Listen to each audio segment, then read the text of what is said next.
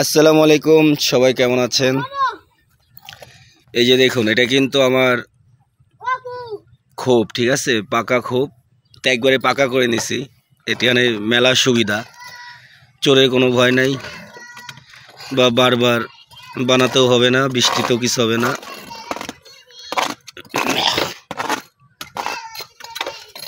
তো এটার সমস্যা কি, এটাই আপনি যখন সিমেন্টে ঢালাই করে দিবেন তখন আমরা দিছিলাম কুড়ো ভুসি আছে না, কাঠের গুঁড়া, এগুলিতে এক পলব দিয়ে দিই যাতে ওদের ডিম পারলে সমস্যা না হয় বা একটু হোম হয়।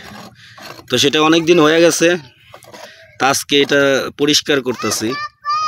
তো আমি ওদের বলছি সামনে থেকে এটা দিয়ে টান দিতে, এটা দিয়ে টান দিলে অনেকটা।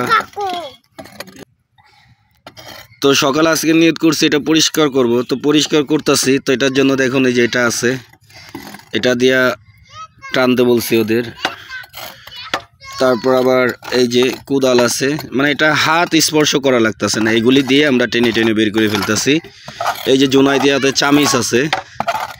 কিন্তু ভিডিওটা করার কারণ কি দেখুন, ভিতরে কে, মানে ওদের আমি বলছি বাইরেতে এভাবে টান দিতে, আমি একটু ছাদে গেছি কবুতরে খেতে দিতে, আর এখানতে একজন ওই দেখুন ভিতরে চলে গেছে। ওই যে দেখুন আমাদের তুতা মিয়া পুরো ডাইরেক্ট ওর ঘরের ভিতর ঢুকা চলে গেছে। দেন তুতা মিয়ার কাজ, দেন এই যে তুতা মিয়ার কাজ।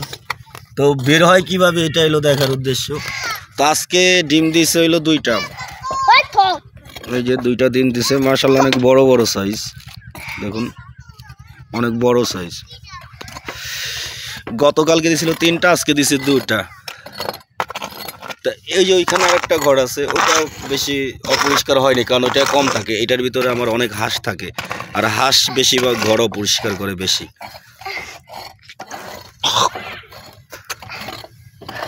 এই যেগুলি যে দেখতেছেন এগুলি কিন্তু আপনার ওই ধানের কুড়ো, তারপরে আপনার কাঠের গুঁড়ো, এইসব।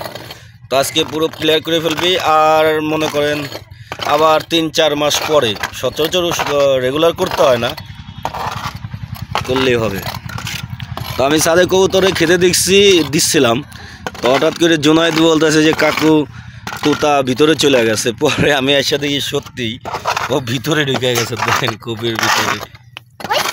ওই যে ঢুকা ভালো হয়েছে, কাজটা একরে ঢুকতেছে, কিন্তু ওর ভিতরে ঢুকতে বলি নাই, তাও ঢুকছে। এই যে দেখুন আমাদের সিয়াম এখন আয়নাঘর থেকে বেরোচ্ছে। এই যে সেই আয়নাঘর দেখুন, এই সেই আয়নাঘর থেকে বেরোচ্ছে সিয়াম।